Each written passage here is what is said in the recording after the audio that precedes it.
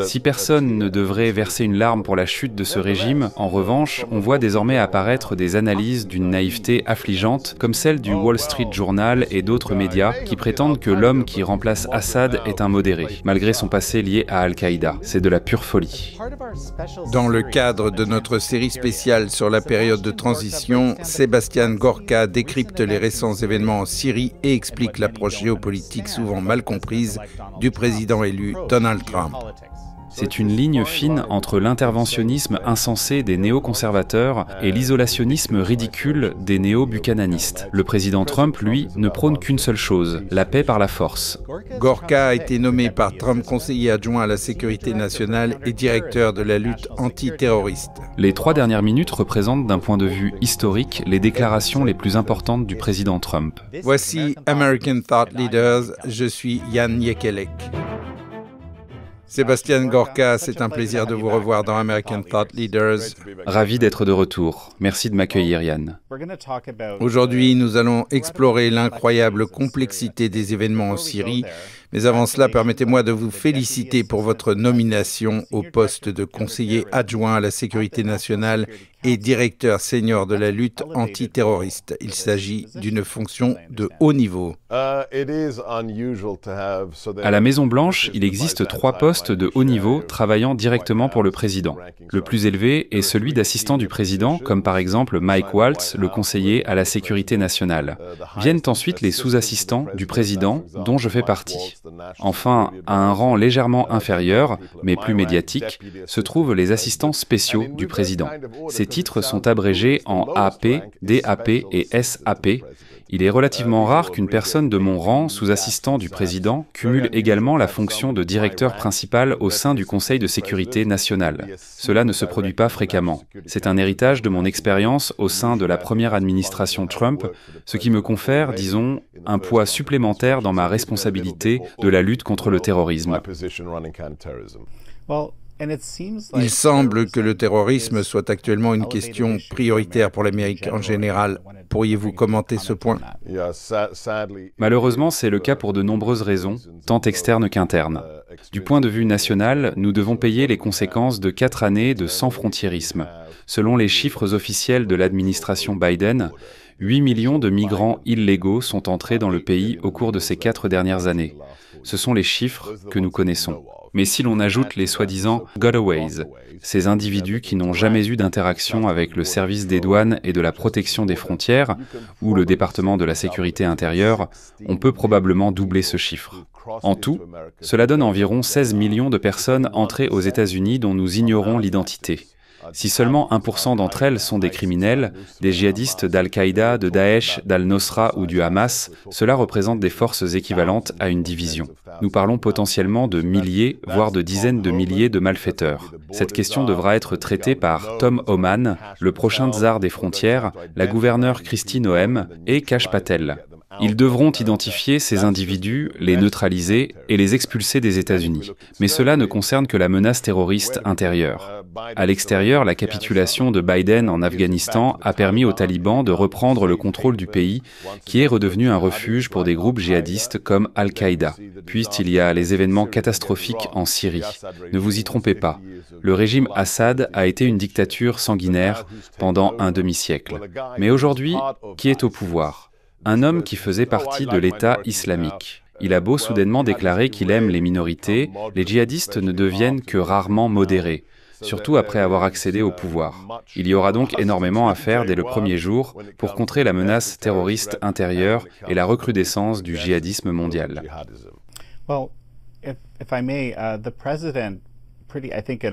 Le président disait qu'il faudrait laisser les choses suivre leur cours. Qu'en pensez-vous?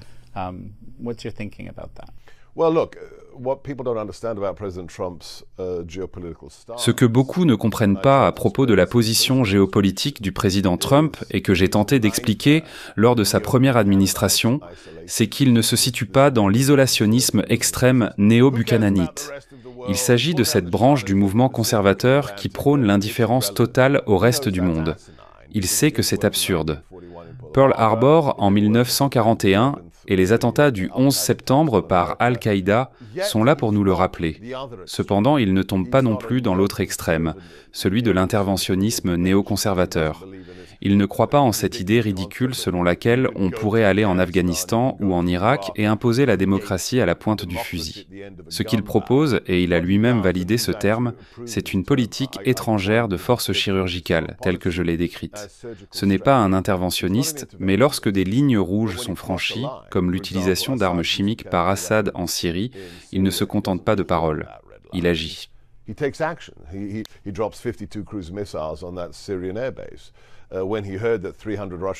Il a ainsi fait tirer 52 missiles de croisière sur cette base syrienne.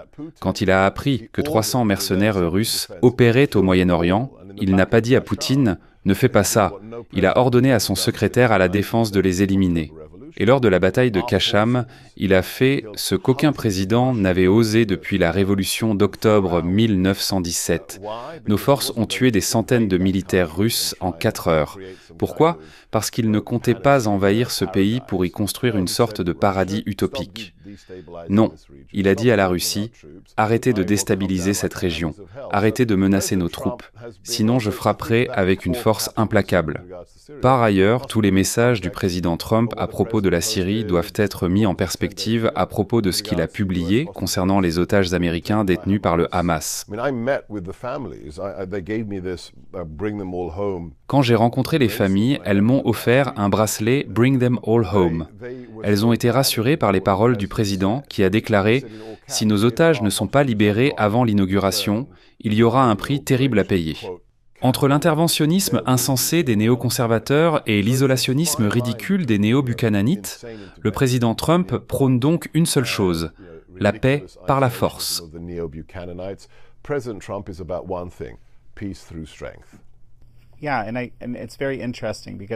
J'utilise souvent cet exemple à propos de la zone grise russe avec des soldats mercenaires en Syrie dont on ne connaît pas vraiment les affiliations. Mais une fois qu'ils ont été éliminés, il n'y a plus eu d'intervention, n'est-ce pas?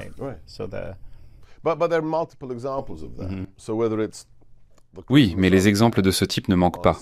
Prenez l'attaque de missiles de croisière en Syrie, survenue, souvenez-vous, lors de la quasi-visite d'État de Xi Jinping à Mar-a-Lago. On peut voir ces images mémorables du président Trump penché vers le dirigeant chinois, lui disant, par l'intermédiaire de l'interprète, et tout en dégustant ce qu'il qualifie du meilleur gâteau au chocolat du monde.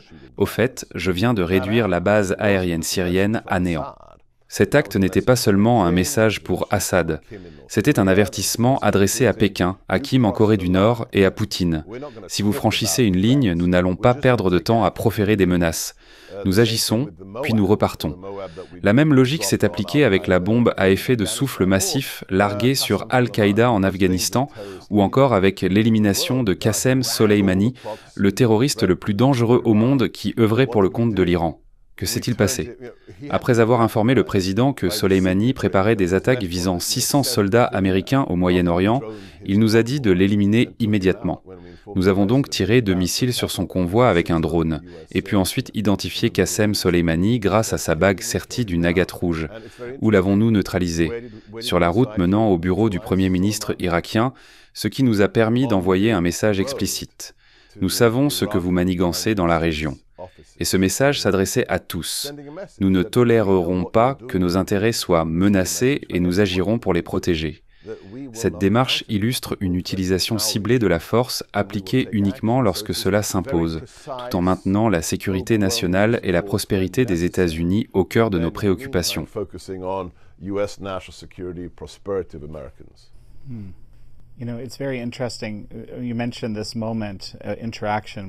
Pourquoi le président Trump, dans une démarche inédite, inviterait-il Xi Jinping à son investiture?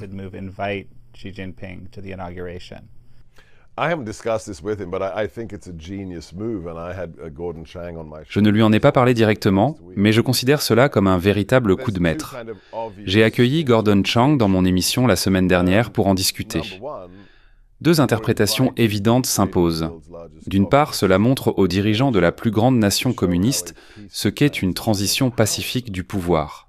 Voilà comment les choses devraient en se dérouler, Vous avez un gouvernement qui incarne véritablement la volonté du peuple. Et 77 millions d'Américains ont clairement exprimé leur choix. Ils ne veulent ni de Kamala Harris, ni d'une continuation de l'ère Obama sous Biden. Et ce qu'ils veulent, c'est Donald Trump. C'est l'expression sans équivoque de la souveraineté populaire. D'autre part, il y a la portée symbolique. Qui sera présent? Tout le gratin. Examinez la liste des chefs d'État déjà conviés. Le message est clair. Le leadership américain est de retour. L'ignorer serait à vos risques et périls, car le shérif est bel et bien de retour. En tout état de cause, c'est une manœuvre d'une grande finesse stratégique. Well, let's jump to Syria. And, you know, I've heard analyses, and actually... Parlons de la Syrie. Certains disent qu'Assad apportait de la stabilité, d'autres qu'il était un allié de l'Iran et de la Russie et que sa chute servirait les intérêts américains. Pouvez-vous décrypter cette situation complexe? So, you know, where do you land? Maybe give me a broad picture of the complexity of this situation. Yeah. Well, it is incredibly complex because most of the players or the key players like Jolani. La situation est incroyablement complexe, car la plupart des acteurs clés, tels que Jolani ou Assad lui-même, ont changé de camp au cours des 14 à 15 dernières années ou ont formé de nouvelles alliances. Lorsque vous voyez Assad tenter de se rapprocher du régime saoudien ces dernières années, vous vous demandez pourquoi un État client de l'Iran tente-t-il de faire copain-copain avec l'Arabie saoudite?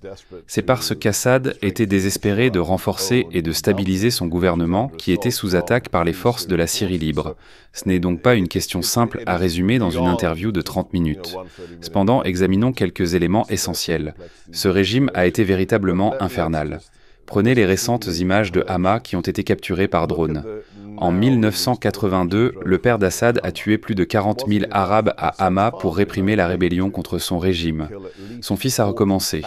Aujourd'hui, si vous regardez les dernières images par drone, Hama ressemble à Hiroshima après un bombardement nucléaire. En réalité, il s'agit de l'utilisation d'armes conventionnelles et d'artillerie contre des civils syriens. Il n'y a aucune raison de verser une larme pour la chute de ce régime.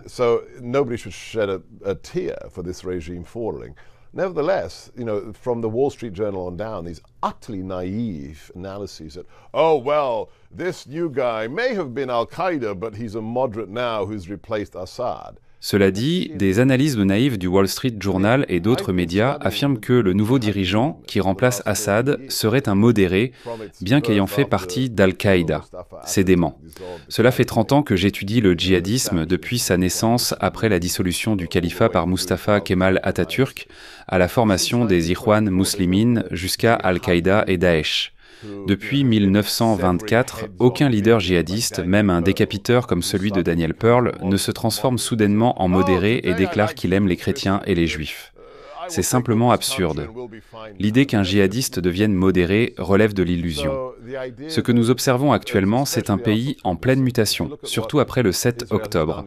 Israël a redessiné la carte de la région en menant des opérations agressives contre les organisations djihadistes les plus redoutables et les proxys de l'Iran, notamment le Hamas et le Hezbollah.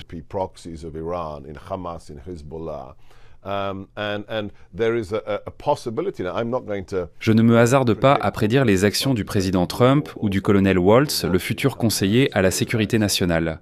Cependant, une fenêtre d'opportunité s'ouvre pour collaborer avec nos partenaires régionaux.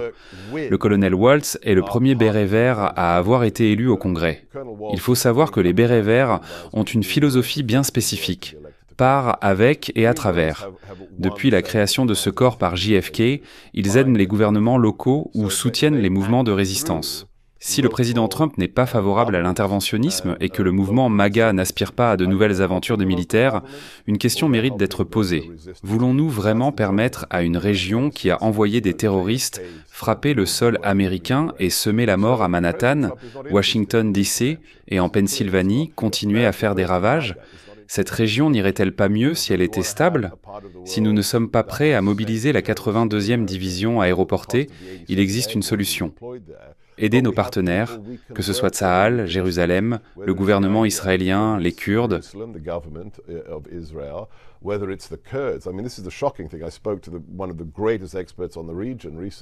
Voici le fait surprenant, j'ai récemment posé une question cruciale à l'un des plus grands experts de la région. Après 4 années de retrait sous Biden, les Kurdes nous font-ils encore confiance? L'expert originaire de la région m'a répondu qu'ils sont impatients à l'idée que Trump revienne à la Maison-Blanche. Que ce soit les Kurdes au nord, Israël sécurisant le sud, ou nos alliés des États du Golfe, il y a des acteurs arabes et des milices en Syrie qui ne sont pas djihadistes ou pro-Assad et qui veulent mettre en place un gouvernement représentatif.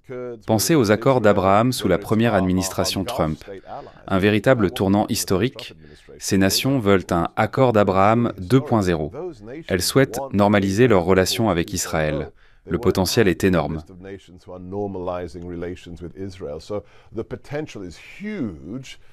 Il y a d'autres événements majeurs. Les Druzes veulent s'émanciper de la Syrie et on ne sait pas comment Israël va réagir, même si on peut deviner qu'il portera une attention particulière à la situation au vu des intérêts stratégiques que vous venez de décrire.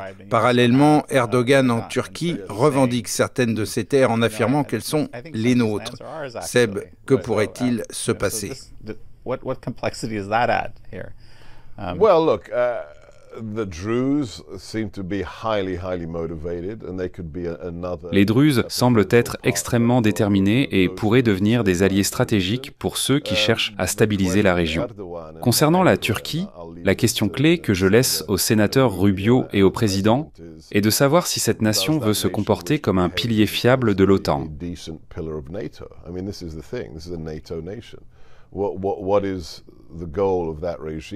La Turquie est membre de l'OTAN, mais quel est son projet et est-il compatible avec les principes de l'Alliance?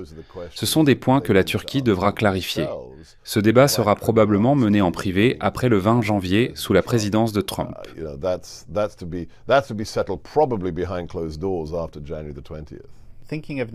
En ce qui concerne l'OTAN, il y a eu une montée des critiques de la part de certaines factions au sein de la coalition qui a élu le président Trump, ainsi que de personnalités qui prennent actuellement des responsabilités au sein de son administration. Comment les interprétez-vous?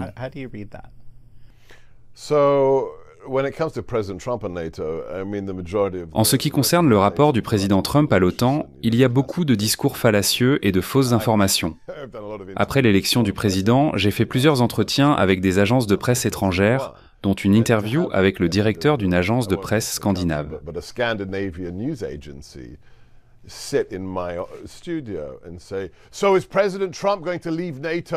Il m'a demandé, alors, est-ce que le président Trump va quitter l'OTAN? Nous avons pourtant déjà été au pouvoir et Trump a déjà été commandant en chef. Qu'a-t-il fait à l'époque vis-à-vis de l'OTAN? Il a envoyé un message simple, cessez d'être des profiteurs.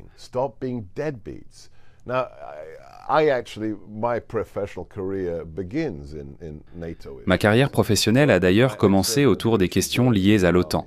Après avoir servi dans l'armée de réserve britannique et, comme je suis né de parents réfugiés hongrois, j'ai eu l'opportunité de travailler avec le premier gouvernement post-communiste hongrois pour aider à intégrer le pays dans l'OTAN après la chute du bloc soviétique. Dans les années 90, j'ai approfondi mes études sur l'OTAN et je suis devenu le premier Hongrois britannique à fréquenter le NATO Defense College de Rome.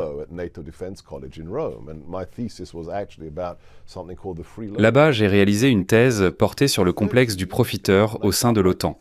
Ce phénomène existait déjà il y a 30 ans. À l'époque, certains pays membres pensaient qu'ils n'avaient qu'à se reposer sur les États-Unis pour leur protection en vertu de l'article 5 du traité et qu'ils n'avaient donc pas à investir dans leur propre défense. Ils devenaient ainsi des membres parasitaires d'une alliance où les cotisations sont dues et où les États-Unis assumaient déjà une grande partie du fardeau. Trump en est conscient depuis très longtemps. Ses positions n'ont rien de nouveau. Allez regarder les entretiens qu'il a donnés à Oprah Oprah Winfrey dans les années 80. Il exprimait déjà des préoccupations similaires à propos de la Chine et de l'OTAN. Ces questions le préoccupent depuis des décennies. Je me souviendrai toujours de la première visite bilatérale d'Angela Merkel à Washington. Elle a rencontré Steve Bannon, le stratège en chef de Trump à l'époque, et s'est plaint des reproches qui lui ont été formulés sur la participation financière de l'Allemagne. Il lui a répondu: le président Trump vient de signer une augmentation du budget de la défense des États-Unis qui, à elle seule, est plus grande que l'intégralité du budget de défense de l'Allemagne. Et vous nous dites que vous prenez l'OTAN au sérieux?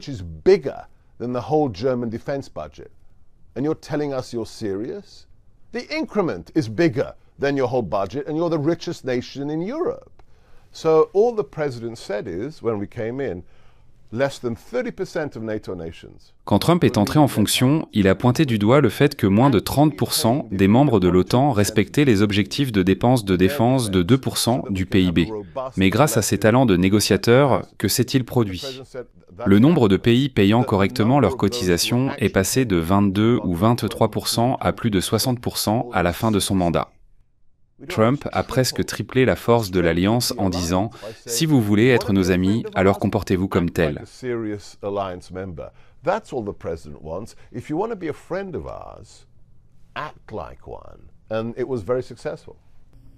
Cette stratégie a été une réussite. Pensez-vous que l'OTAN est importante?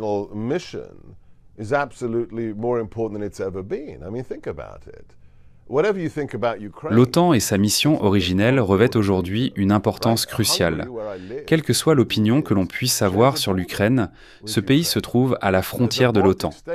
La Hongrie, où j'ai vécu pendant 15 ans, partage également une frontière avec l'Ukraine. Quant aux États baltes, ils connaissent mieux que quiconque les conséquences d'une invasion et de la perte de leur souveraineté au profit de Moscou.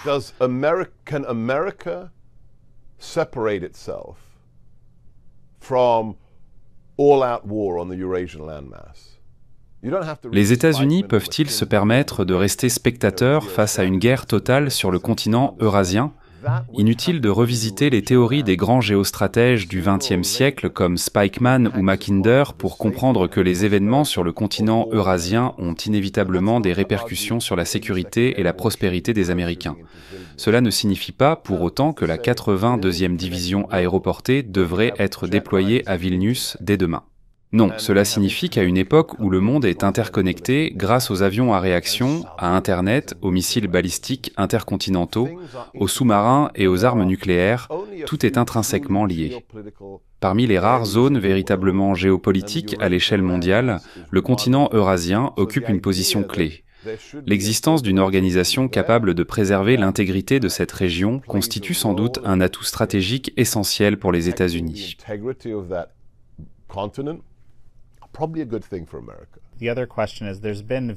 Il existe plusieurs idées sur la manière de renforcer le front occidental face à la Chine communiste. L'une d'entre elles est d'élargir l'OTAN, une autre de la consolider. Cet intérêt pour une alliance renforcée s'intensifie à mesure que Pékin adopte une posture de plus en plus agressive en mer de Chine méridionale. Qu'en pensez-vous? Yeah, I don't think it makes sense to say you can just add as many regions as you want to the North Atlantic Treaty Alliance. I think it's Il n'est pas raisonnable de penser que l'on peut simplement étendre l'Alliance de l'Atlantique Nord à toutes les régions du globe. L'OTAN est une organisation née directement de la Seconde Guerre mondiale et de la guerre froide, et sa mission s'inscrit dans ce contexte historique. Encore une fois, on ne peut être pris au sérieux que si l'on dispose des capacités nécessaires pour projeter sa puissance. S'il s'agit de stabiliser son propre territoire, il est logique que l'Allemagne, le Royaume-Uni et la France assument la responsabilité de leur continent. Cela semble évident. Mais en quoi l'ajout de la Finlande contribuerait-il à la défense de Taïwan? Cette idée n'a pas de sens géographique. S'agissant de la Chine, permettez-moi d'être franc. Lorsque j'ai intégré la Maison-Blanche, avec mon expérience en contre-terrorisme, voici ce que j'ai appris. Avec les habilitations nécessaires, le briefing quotidien du président et l'accès aux renseignements les plus sophistiqués au monde, une vérité s'est imposée. Toutes les autres menaces, qu'il s'agisse de l'État islamique, d'Al-Qaïda, de la Corée du Nord, de la Russie ou de l'Iran, sont parfaitement gérables. Regardez l'État islamique. Sous Obama, on nous disait que c'était une menace générationnelle avec laquelle nous devrions vivre. Le président Trump, lui, a répondu « Acceptez ça? Absolument pas ». Il a mobilisé les forces spéciales et d'autres unités d'élite, il a contourné les lenteurs bureaucratiques, puis ordonné de les éliminer et de procéder à la destruction de leur califat. Et en quelques mois, ce que l'on présentait comme une menace qui allait perdurer durant des générations avait disparu.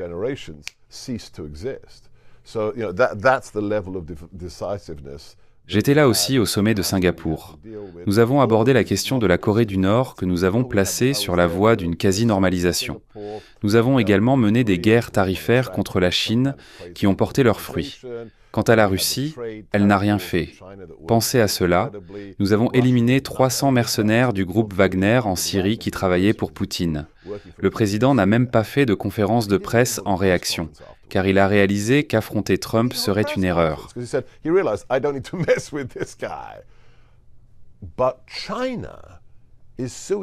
La Chine, cependant, est une catégorie à part. C'est une menace unique, comme je l'ai appris auprès du président et de personnalités telles que Peter Navarro. Elle est la seule puissance ayant à la fois la volonté et la capacité de remplacer les États-Unis.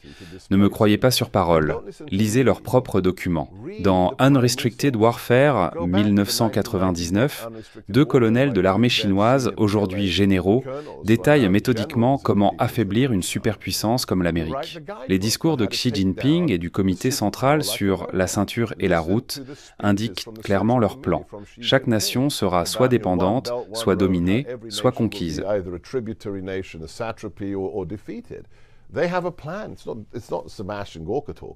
Le Parti communiste chinois a donc pour objectif de devenir la seule puissance hégémonique mondiale d'ici à 2049, pour le centenaire de la révolution communiste. Et ils y travaillent depuis des décennies, que ce soit par les nouvelles routes de la soie, le contrôle des minerais stratégiques en Afrique, ou encore les investissements jugés généreux par les gouvernements en Amérique latine, mais qui visent en réalité à enfermer ces nations dans des alliances militaires avec Pékin. La Chine représente le principal défi pour les États-Unis, mais la bonne nouvelle, c'est que le président Trump en est parfaitement conscient. But the good thing is President Trump fully understands that.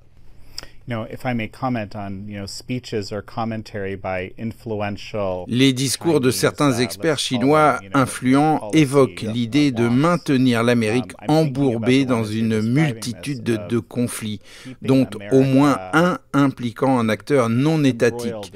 Je pense que vous devez connaître cette analyse qui semble étonnamment pertinente.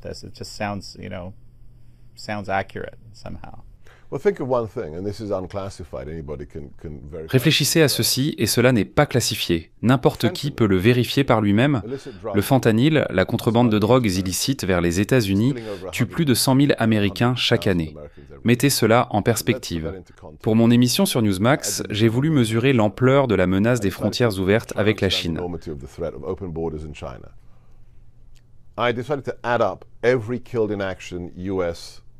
J'ai pris l'initiative de totaliser tous les soldats américains tués au combat depuis 1945, après la fin des hostilités. Cela inclut les victimes des guerres de Corée, du Vietnam, de la guerre du Golfe et d'Afghanistan. Le total était de 103 000. 103 000 soldats américains sont morts, au combat depuis 1945. En revanche, en une seule année sous l'administration Biden, et vous pouvez le trouver, c'est sur le site des CDC, même si c'est enfoui et qu'il m'a fallu un moment pour le dénicher. 110 000 Américains ont perdu la vie à cause de surdoses de drogue, principalement du fentanyl.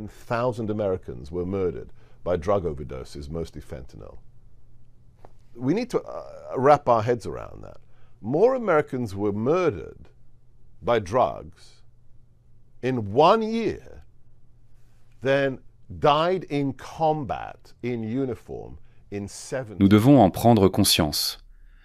Plus d'Américains sont morts des suites de la consommation de drogue en une seule année que tous ceux tombés au combat en 70 ans. Is manufactured with precursor chemicals obtained from China. Ce qui est encore plus frappant, c'est que le fentanyl, en provenance du Mexique, est fabriqué à partir de produits chimiques de base provenant directement de Chine. Alors peut-on attribuer à Pékin la responsabilité de ces 100 000 morts chaque année ?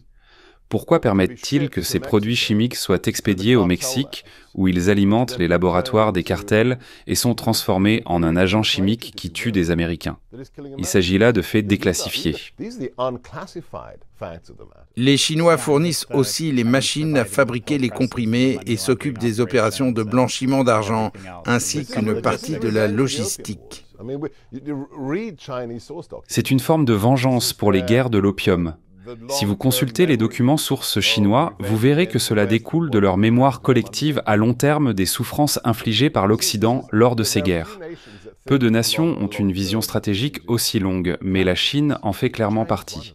C'est une civilisation millénaire et dans cette partie du monde, la mémoire est profondément enracinée.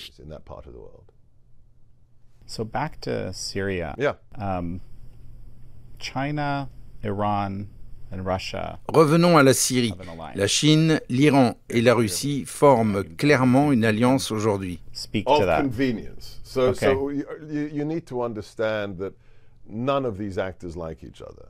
None of them like each other. Une alliance de circonstances. Il faut comprendre que ces acteurs ne s'entendent pas vraiment.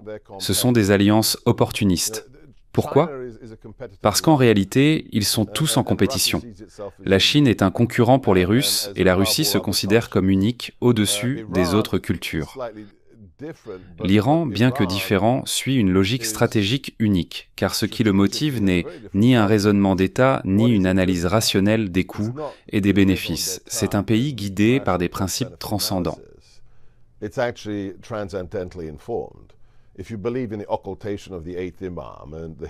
Si vous croyez en l'occultation du 8e imam et en l'idée de l'imam caché, et que vous défendez la théocratie comme mode de vie, vous ne raisonnez pas comme Machiavel. Par conséquent, il est difficile de fusionner vos intérêts théocratiques avec ceux d'un régime communiste rationnel et froid comme celui de Pékin, ou même avec ceux du régime russe. Poutine a été imprégné par son expérience de la guerre froide et de colonel au sein du KGB, mais il est évident qu'il ne cherche pas à ressusciter l'Union soviétique, mais plutôt quelque chose qui remonte avant la révolution bolchevique de 1917, une Russie proto-impérialiste. Les visions du monde qui animent ces différents pays sont donc fondamentalement différentes, impérialistes et tsaristes, maoïstes et communistes, théocratiques et islamistes. C'est pourquoi ces alliances sont purement utilitaires et temporaires. Est-ce que la Chine bénéficie de la vente d'équipements à la Russie pendant qu'elle attaque l'Ukraine? Bien sûr, elle peut en tirer de l'argent. Pour autant, est-ce que la Chine désire dominer la Russie à long terme? Absolument. Lisez ce que les Chinois en disent eux-mêmes.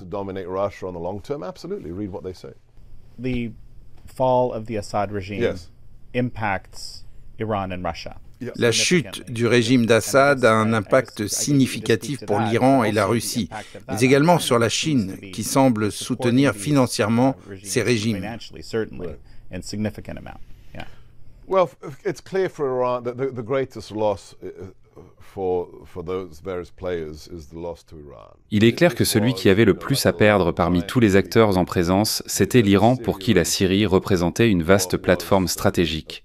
Le régime syrien était, pour emprunter une terminologie militaire américaine, une base opérationnelle avancée. De plus, la Syrie, et je vais rester volontairement vague sur les détails ici, était une zone de transit. Elle servait à acheminer des marchandises vers l'ouest et le sud, ce qui déstabilisait la région au profit de l'Iran. Par conséquent, la perte de cette zone de transit et de cette base avancée à Damas constitue sans doute la plus grande défaite subie par l'Iran. Is perhaps the greatest loss is being suffered by Iran.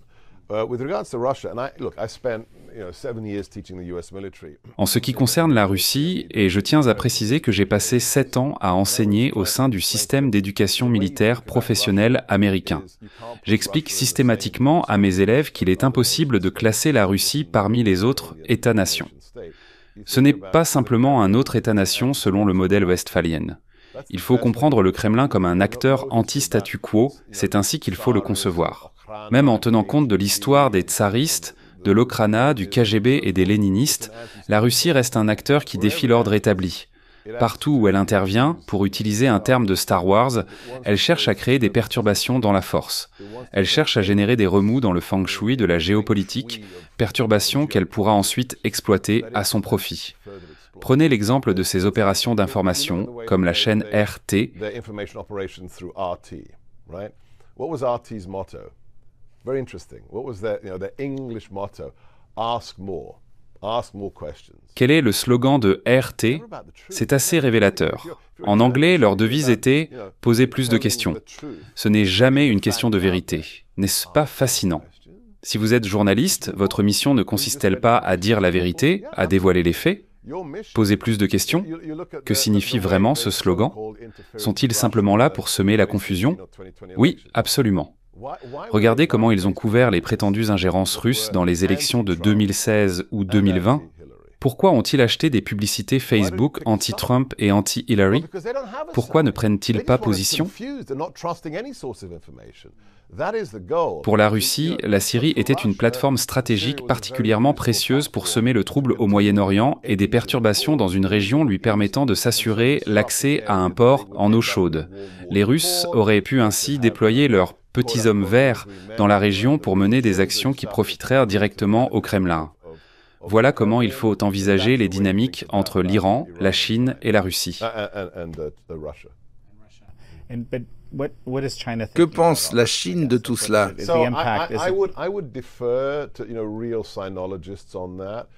Sur ce point, je m'en remettrai à de véritables sinologues comme Gordon Chang et David P. Goldman, car ils partagent l'idée que le régime actuel est paradoxalement relativement faible. Lorsque l'on observe les purges exécutées par Xi Jinping, il est clair qu'on ne purge pas quand tout va bien. En conséquence, que peut-on en déduire? Eh bien, la réalité des régimes dictatoriaux, ce sont des régimes qui ne pensent qu'à une chose, leur propre survie, leur maintien au pouvoir. Je prenais souvent le long télégramme de Kennan comme exemple. C'était l'étude de cas la plus importante que j'utilisais pour mes étudiants au Pentagone. Dans ce télégramme déclassifié qui est devenu l'article The Sources of Soviet Conduct, il y a un passage clé qui résume tout ce qu'il faut savoir sur un régime dictatorial. Ce même principe, on le retrouve dans la politique de gauche aux États-Unis aujourd'hui, chez les démocrates.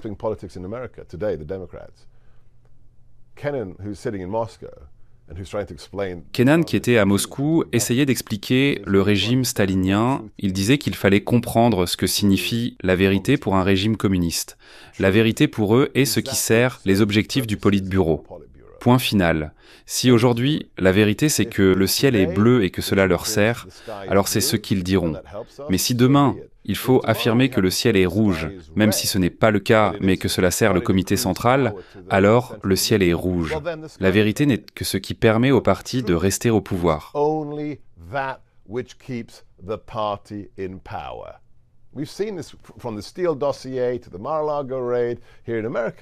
Nous avons observé cette dynamique avec le dossier Steele et le raid sur Mar-a-Lago aux États-Unis.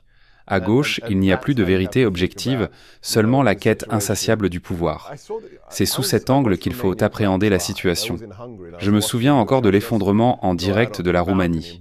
J'étais en Hongrie, observant Ceausescu, ce tyran déconnecté de la réalité s'avançant sur le balcon à Bucarest pour son fameux anti-Noël, cette parodie où il se glorifiait de son régime oppressif où le christianisme était interdit. Il s'agissait d'un régime parmi les plus cruels de l'Est, aux côtés de l'Allemagne de l'Est et de l'Albanie d'Enver Hoxha. Puis, soudainement, les Roumains se mirent à chanter « Abba Ceausescu ».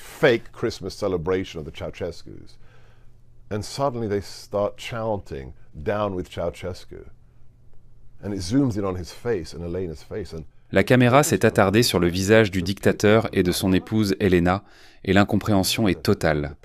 Comment ces gens, qu'ils croyaient fidèles, pouvaient-ils les rejeter avec tant de haine? C'est là tout le paradoxe fascinant des régimes communistes les plus brutaux.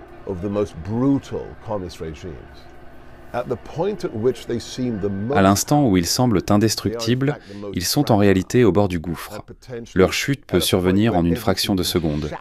Je revois encore ces images de Ceausescu tentant de fuir en hélicoptère avec l'équipage simulant une panne pour se poser en catastrophe sur une route. Quelques jours plus tard, il y a eu un simulacre de procès, puis ils ont été exécutés en direct. Elena, en pleine dénégation, hurlait « Je suis la mère du peuple roumain. Comment osez-vous » Puis, elle est morte avec une balle dans la tête. C'étaient les derniers éclats de la brutalité d'un régime et de la fragilité qui le rongeait. La chute de ces dictatures peut être aussi absurde que soudaine.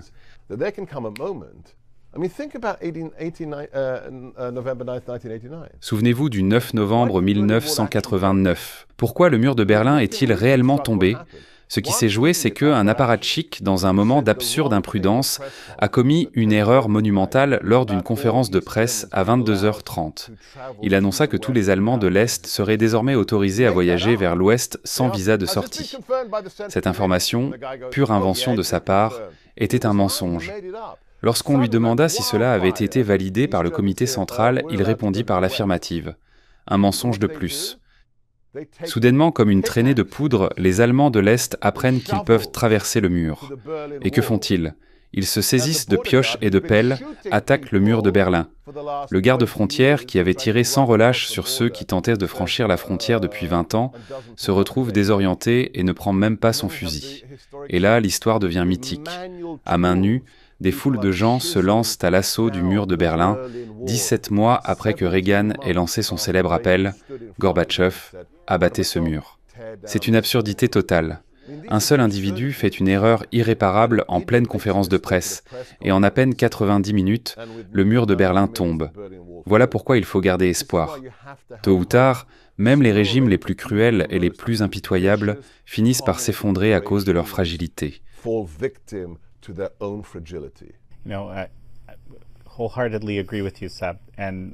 Je suis totalement d'accord avec vous, Seb. En ce qui concerne les nominations, le président Trump a choisi des communicants de haut calibre. Avez-vous réfléchi à cet aspect ?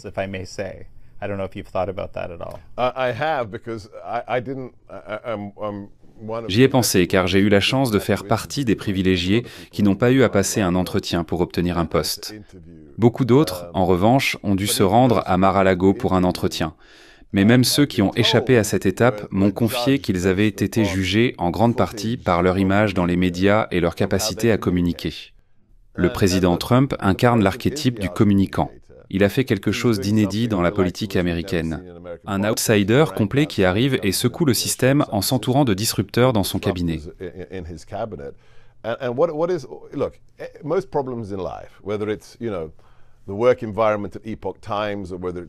La plupart des problèmes dans la vie, que ce soit par exemple dans votre environnement de travail à Epoch Times ou dans votre relation de couple, d'où viennent-ils ? D'un problème de communication. La plupart des conflits commencent par des malentendus ou des erreurs de communication. Nous avons 4 ans pour sauver non seulement l'Amérique, mais aussi la civilisation occidentale, face à ceux qui cherchent à la détruire. Pour cela, il nous faut d'excellents communicants pour assurer notre succès. Ce n'est pas une exagération. Permettez-moi d'être direct. Le discours le plus important jamais prononcé par le président Trump, après son discours de victoire du 6 novembre, est celui qu'il a prononcé à Varsovie en 2017. Steve Bannon et moi avons contribué à la préparation de ce discours. Non, nous ne l'avons pas écrit, mais plusieurs mois avant l'événement, les rédacteurs de discours, qui travaillent encore avec lui aujourd'hui, sont venus nous consulter.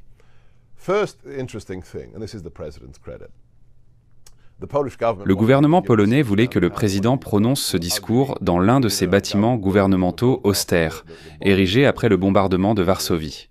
Mais nous avons insisté pour qu'il ait lieu à l'extérieur, près du gigantesque monument dédié à l'insurrection de Varsovie, où des Polonais sortent des égouts pour affronter les nazis.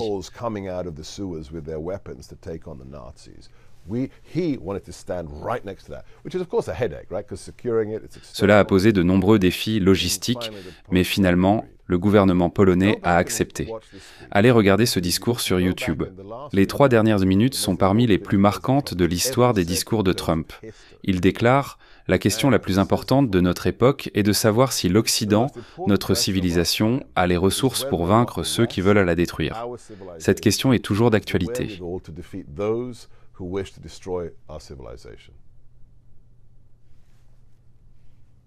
That question stands. I mean, I've been saying this for years on my radio show. We must delete the label Republican and Democrat. Je le répète depuis des années. Il est temps de dépasser les étiquettes de républicains, démocrates, conservateurs ou libéraux. Ces termes sont devenus obsolètes car il existe désormais une ligne de fracture claire qui divise les citoyens, ceux qui aiment l'Amérique et ceux qui la considèrent comme un problème. Dans mon émission, j'ai reçu un brillant homme britannique de gauche, Brendan O'Neill, le rédacteur en chef de Spiked.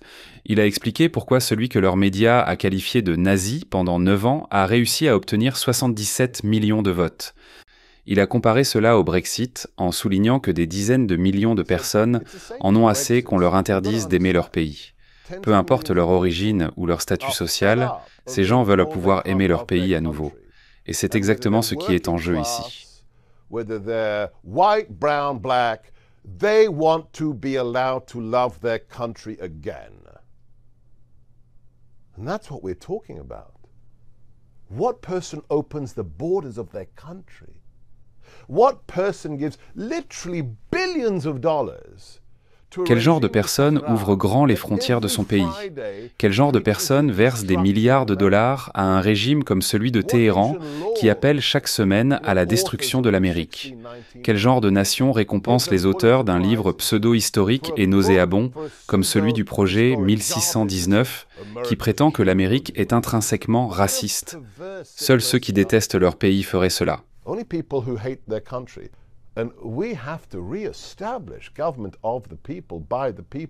Nous devons restaurer le gouvernement du peuple, par le peuple, pour le peuple. Nous devons rétablir la souveraineté nationale. Il est crucial de comprendre que la ville brillante sur la colline, c'est l'Amérique. Des hommes et des femmes ont risqué leur vie en fuyant Cuba pour atteindre ses rives. Pourquoi? Parce qu'ils croient que l'Amérique représente l'apogée de la civilisation. C'est l'Amérique et c'est en cela que le président Trump croit profondément. Réfléchissez-y. Cet homme a pris une balle pour nous. For me, you can argue when he won the election. Was it the mugshot? Was it, Burger King? Was it the dump truck? People miss a moment. Vous pouvez débattre du moment précis où il a remporté l'élection, lors du mugshot, de la scène chez McDonald's ou du camion Ben. Mais il y a un instant dans cette campagne qui reste pour moi le plus marquant, lorsqu'au McDonald's, une famille indienne immigrée arrive au comptoir de commande. Le mari, avec un fort accent indien, dit au président « Merci de faire cela pour nous. Nous ne sommes rien. » Le président répond « Que voulez-vous dire par rien ? Personne n'est rien en Amérique. » Puis la femme, de l'autre côté du véhicule, ajoute « Merci, Monsieur le Président, vous avez pris une balle pour nous. »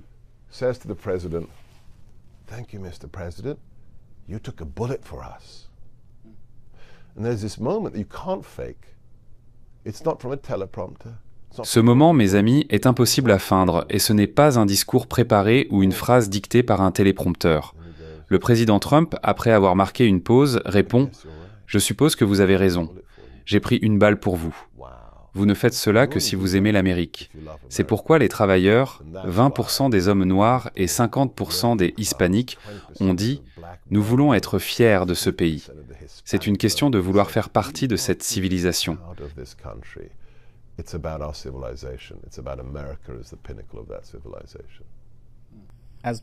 Pour conclure, quelles seront les principales choses que vous souhaiteriez accomplir dans votre nouveau rôle? Well, look, my job is going to be a reflection, an implementation of what the president wants. Mon travail consistera à mettre en œuvre la vision du président ainsi que celle du conseiller à la sécurité nationale, Michael Waltz, c'est-à-dire protéger les innocents et rendre justice aux malfaiteurs. Mon domaine d'intervention sera le contre-terrorisme. La menace terroriste est l'incarnation du mal visant à faire du tort aux innocents. Que ce soit contre nos concitoyens encore captifs du Hamas au Moyen-Orient ou les innocents tués lors d'une fête de Noël à San Bernardino, massacrés par leurs collègues djihadistes il y a quelques années. Ma priorité sera de défendre les innocents contre ces malfaiteurs et de rendre justice en collaboration avec tous mes collègues.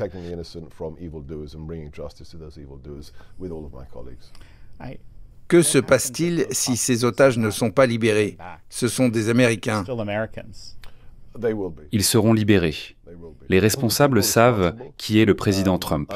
Ils le craignent et ils ont raison d'avoir peur. Seb Gorka, c'était un véritable plaisir de vous recevoir dans cette émission. Merci, le plaisir est pour moi. Que Dieu vous bénisse et joyeux Noël. Merci à tous de nous avoir rejoints pour cet épisode de American Thought Leaders.